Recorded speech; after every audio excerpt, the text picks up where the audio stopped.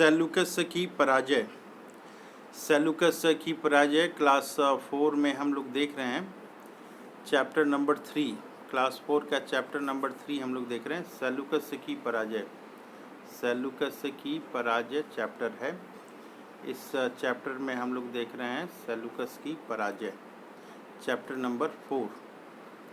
विश्व विजेता बनने की लालसा रखने वाला सिकंदर विजय के लिए तरसता हुआ ही दुनिया से कूच कर गया। उसके राज्य टुकड़े टुकड़े हो गए। उसके जीते हुए प्रदेश बेबीलोन पर भी उसके एक प्रमुख सेनाधिकारी सेल्यूकस का अधिकार हो गया। क्रूरता का अत्याचार में वह सिकंदर से कम न था।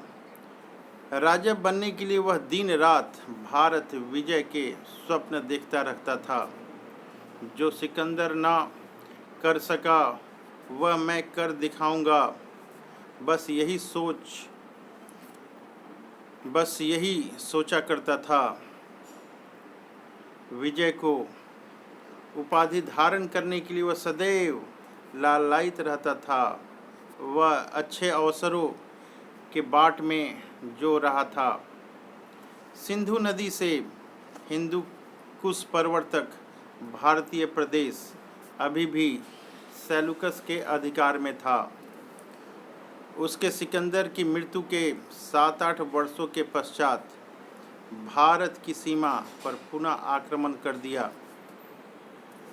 भारत की सीमा पर पुनः आक्रमण कर दिया। इधर पंचनंद पंजाब प्रदेश की स्थिति ही बदल गई थी। तेजस्वी आचार्य चाणक्य और चंद्रगुप्त शांत न बैठे थे। उन्हें ज्ञात था कि अभी तक का संकट टला नहीं है। उन्हें पता था कि वो घर की फूट ही शत्रु को बढ़ावा देती है।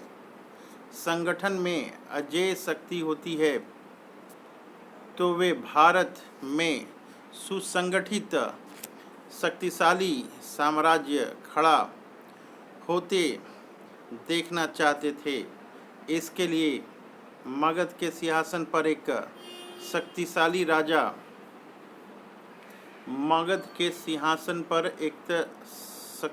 राजा का बैठना आवश्यक था। आचार्य चंद्रगुप्त इसी उधेड़बुन में पड़े थे। सिकंदर के आक्रमण ने पंजाब के सभी राजाओं को यह सोचने के लिए विवश कर दिया था कि परस्पर संगठित हुए बिना काम न चलेगा।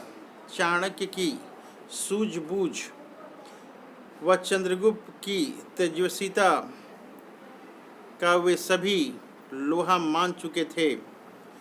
चंद्रगुप्त में प्रबल शौर्य तथा दृढ़ निश्चय के गुण दिखाई देते थे। वह वीर था, निस्वार्थ देश प्रेम उसमें झलकता था।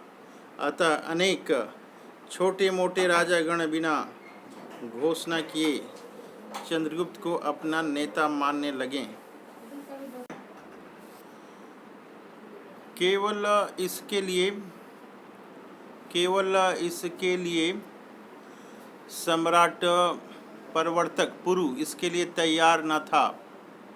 उसका राज्य बड़ा था, वह पराक्रमी एवं शक्तिशाली भी था।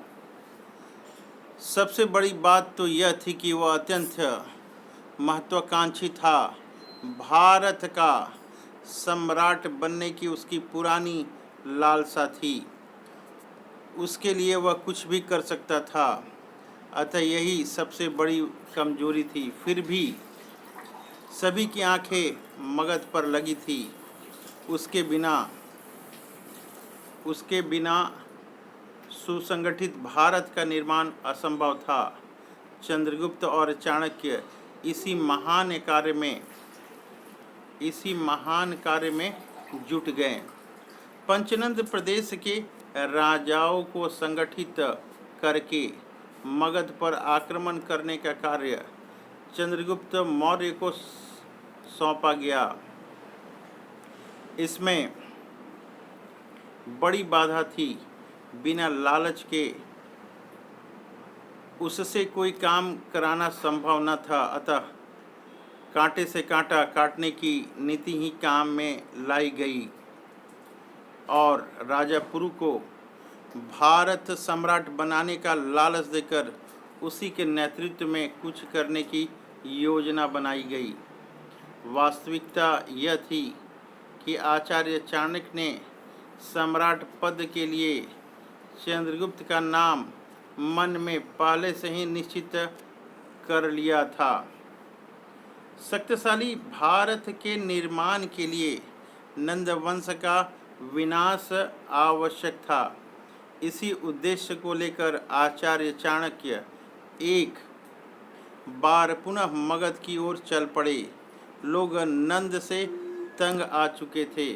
कुसुमपुर पहुंचकर उन्होंने सबसे पहले वहां के सेनापति को अपनी ओर मिला लिया।